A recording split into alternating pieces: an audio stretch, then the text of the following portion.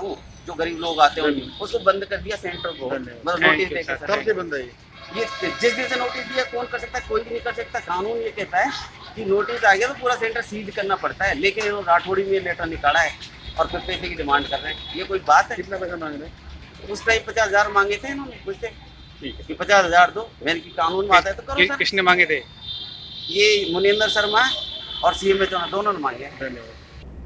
बस यही मामला आजकल दौसा के जिला अस्पताल में सुर्खियां बटोर रहा है, जिसके चलते CMHO की माने तो इस मामले में डॉक्टर शिवचरण मीणा पूरी तरह दोषी हैं और PCPNDT एक्ट के तहत इनको हॉस्पिटल से बाहर सोनोग्राफी करने की अनुमति नहीं है, ऐसा CMHO बता रही है। लेकिन दूसरी तरफ इन सारी बातों पर गौर किया जाए तो डॉक्टर शिवचरण मीणा का कहना है कि जब कुछ समय के डिप्लोमा धारक बाहर बैठकर सोनोग्राफी कर रहे हैं तो उनके पास तो 21 महीने का डिप्लोमा है, वह भी राजस्थान के बड़े सरकारी बड़े संस्थान का, फिर उनके ऊपर इस तरह के दोष और आरोप क्यों लगाए जा रहे हैं। शिवचरण मीणा का तो यहाँ तक कहना है कि दरअसल CMHO को उनसे व्यक्तिगत इंटेंशन ये है कि उनके विभाग का ही एक कर्मचारी अस्पताल के सामने वाली लैब पर सोनोग्राफी सेंटर पर पार्टनर है, जिससे उन लोगों को मोटी रकम मिलती है। उन्होंने तो CMHO पर भ्रष्टाचार का आरोप भी लगा दिया है।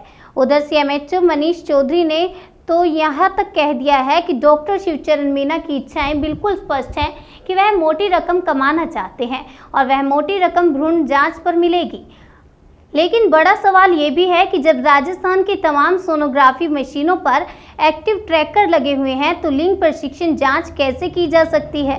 लेकिन लगता तो यह भी है कि शिवचरण मीणा बाहर किसी निजी सोनोग्राफी सेंटर खोलने के मूड में है और जब डॉक्टर शिवचरण मीणा पर PCPNDT एक्ट के तहत लिंग जांच करने का आरोप लगा है तो अब तक सरकारी अस्पताल की सोनोग्राफी मशीन सीज क्यों नहीं की गई है। दूर दूर तक उन्होंने रिजेक्ट कर दी, नहीं मिली, कोई दिक्कत नहीं ली परमिशन। मैं कोई काम करता तो मेरे दाल रोटी रोजगार में अलग से मान लो NPA नहीं लेता, मैं छोड़ देता NPA यदि प्रैक्टिस करता तो मेरे कोई दिक्कत नहीं थी, लेकिन उन्होंने परमिशन नहीं दी तो कोई दिक्कत नहीं है। अब उन्हें सही दी गलत दी वो अपील की, मैं डाल दी फाइल, वो जो भी होगा नियम अनुसार होगा, उसमें गलत हो नहीं सकता। मैंने सारे तथ्य मेरे फैक्ट फाइल में लगा दिए थे, वो एक साल पहले की बात है सर, आज का कोई मतलब नहीं है इससे। ये तो सिर्फ इसलिए किया गया है, ये सारा मैं बता दूं सामने, ये जो आपके PCPNDT कोऑर्डिनेटर है मुनिंदर शर्मा, ये 15 साल से और संविदा कर्मी है, ये कोई कानून को नहीं मानता। PCPNDT को सारी नोट शीट मैंने मांगी है, RTI मैंने सर्टिफिकेट मांगी है सर, तो तब वो सब चीज़ें खुलासा हो गई सामने। इसने हॉस्पिटल के सामने ही वो कर रखा है, हर महीने ये लेता है उनसे। मैं तो खुलेआम कह रहा हूँ इस बात को, और बिल्कुल ये लिप्त है, इसका पूरा रैकेट चल रहा है पूरे इसमें। और 10-15 में सेंटर ऐसे हैं, ये तो श्रीमान समुचित प्राधिकारी राज्य उनके निर्देशन में आ गया। अब वो जांच कराएं उच्च स्तर से, यहाँ से नहीं, सबसे पहले तो इसको हटाएं कोऑर्डिनेटर को, फिर आप देखिए कि नोट शीट आपकी सच्चाई सामने आ जाएगी, बिल्कुल फैक्ट आ जाएंगे, कौन गलत है कौन सही आ जाएगा। मेरी तो सारी फिल्म वगैरह की जांच कर लो आप, मेरे सारा रिकॉर्ड मिलेगा। इतनी सी कोई गलती मिले तो वो बाद की बात है, बिना जांच कैसे आरोप लगा दिया सीधा सीधा। जबकि मैं तो कानून का पूरा पालन करता हूँ, मैं दूसरों को भी गाइड करता हूँ, कानून से हटके सवाल ही नहीं उठता किसी भी कीमत पे। धन्यवाद। नाम बता दीजिए सर। मेरा नाम डॉक्टर शिवचरण मीणा है, मैंने SMS से 21 महीने का सर्टिफिकेट कोर्स किया था, ये बात सत्य है, और वो राजस्थान मेडिकल काउंसिल में रजिस्टर्ड कर दिया है मेरा कोर्स। तो एज ए मैं रजिस्टर्ड रेडियोलॉजिस्ट मानूंगा मेरे को, चाहे वो डिप्लोमा कोचिंग हो, CPS उसका नाम रखा है, CPS इन रेडियोलॉजी स्पेशलिटी। और उस आधार पर मैं कोर्टों में जाता हूँ, न्यायालय में जो MLC केस होते हैं उनकी MLC रिपोर्ट करता हूँ, एक्सरे के रिपोर्ट करता हूँ, मेडिकल रिपोर्ट सब में राय देता हूँ। जब मैं कोर्टों में जा रहा हूँ, मैं आयोग हूँ तो कोई बात नहीं, उससे कोई फर्क नहीं पड़ता। मैं कानून के तहत ही रजिस्टर्ड किया हूँ, या फिर मैं सरकारी में सेवा करता हूँ, जो गरीब लोग आते हैं उसको बंद कर दिया सेंटर को, मतलब नोटिस देकर। कब से बंद है ये जिस दिन से नोटिस दिया कौन कर सकता है, कोई भी नहीं कर सकता। कानून ये कहता है कि नोटिस आ गया तो पूरा सेंटर सीज करना पड़ता है, लेकिन इन्होंने राठौड़ी में लेटर निकाला है और फिर पैसे की डिमांड कर रहे हैं। ये कोई बात है? कितना पैसा मांग रहे हैं? उस टाइम 50,000 मांगे थे इन्होंने मुझसे ठीक है। कि 50,000 दो, मैंने की कानून में आता है तो करो सर। किसने मांगे थे? ये मुनिंदर शर्मा और CMHO दोनों ने मांगे। धन्यवाद। तो इनका ये है सर। उधर इस सारे मामले पर मातृ एवं शिशु कल्याण केंद्र के चिकित्सा अधिकारी डॉक्टर CL मीना का कहना है कि CMHO मनीष चौधरी व रेडियोलॉजिस्ट की इस लड़ाई में आम जनता का नुकसान हो रहा है, जिसके चलते या तो मरीज बाहर मोटी रकम देकर सोनोग्राफी नहीं करवा सकते या जो करवा सकते हैं उन लोगों के द्वारा खर्च की हुई रकम सोनोग्राफी सेंटरों की जेब भरने का काम कर रही है। इसलिए इस मामले पर जल्द से जल्द किसी भी तरह की सकारात्मक कार्रवाई हो तो मरीजों को उसका लाभ मिले। इस तरह के सारे मामलों में अब अस्पताल को सुर्खियों में ला दिया है और मरीजों को इसका भारी भरकम नुकसान भुगतना पड़ रहा है, जबकि राजस्थान की सरकार चिकित्सा व्यवस्था को सुधारने के लिए हर तरह के प्रयासरत है। वहीं दौसा के सरकारी अस्पताल में अव्यवस्थाओं का बोलबाला सर चढ़कर बोलने लगा है। अब इन सब आरोपों के बीच यह बात तो स्पष्ट हो पाएगी कि जब इस मामले में पूरी तरह जांच हो और संबंधित दोषी को सजा मिले, क्योंकि PCPNDT एक्ट के तहत सोनोग्राफी में कोताही बरतने पर दंड का प्रावधान है।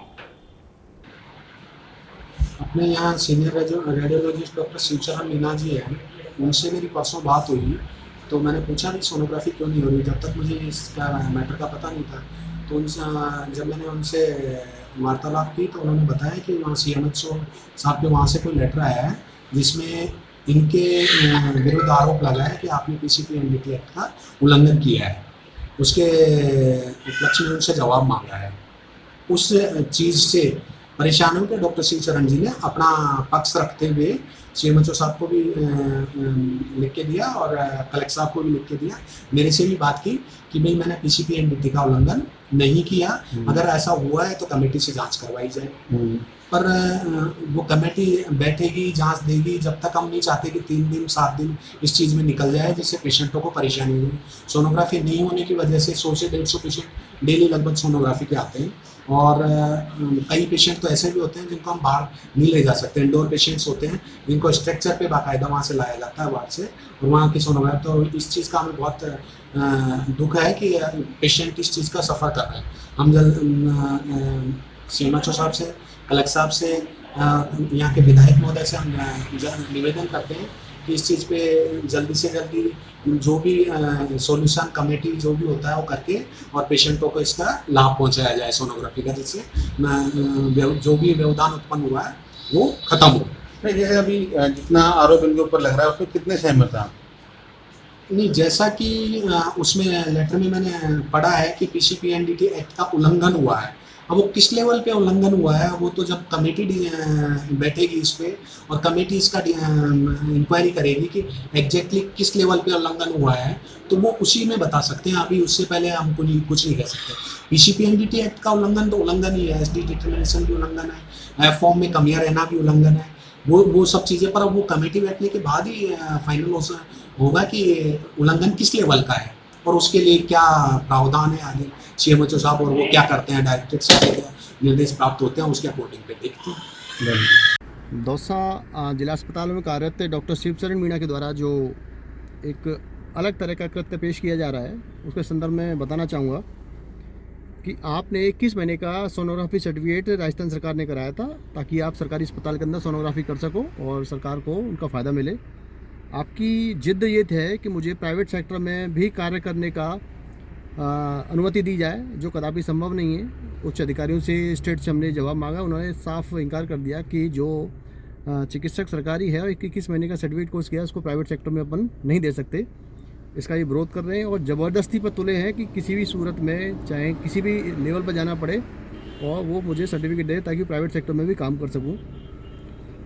कुछ शिकायतें इनके यहाँ से प्राप्त हुई थी जिनका जो PCPND कोऑर्डिनेटर हैं उनके द्वारा जांच की गई तो उसमें खामियां पाई गई कि जो इन्होंने F फॉर्म भरे हैं जो एक सोनोग्राफी सेंटर के विशेष अहर्ता रखते हैं उसमें काफ़ी खामियां पाई गई जो PCPND एक्ट के नियमों का उल्लंघन है। उसके बाबत एक नोटिस दिया गया था, उस नोटिस में इनको कमियों को सुधारने के लिए इंडिकेट किया था बाया PMO, लेकिन इनके द्वारा न तो कोई इस तरह की सूचना दी गई, नहीं उनका जवाब दिया गया, बल्कि अवांछित आरोप जो CMHO PCPND कोऑर्डिनेटर पर लगाए जो सरासर गलत हैं। मैं हर तरह से इनका खंडन करता हूं। ये अपनी व्यवस्था को सुधारने के लिए, अपने आप को सही साबित करने के लिए किसी भी स्तर पर कुछ भी करने को तैयार हो, इस तरह की इनकी मंशा है।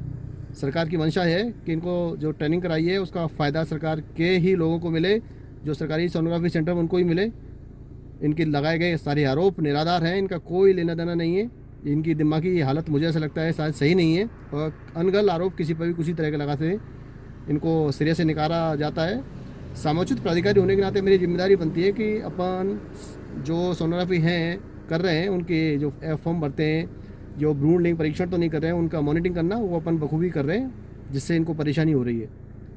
तो इनको भी ये कारणवता नोटिस का जवाब देना चाहिए और देने के बाद में ऐसी कोई मंशा किसी की नहीं है कि आप काम अच्छा बुरा कर रहे हो, लेकिन आपकी मानसिकता क्या है उससे ये इंडिकेट होता है कि आप एक सही काम करना नहीं चाहते और राजकार्य में निश्चित रूप से परेशानी उत्पन्न करना चाह रहे हो।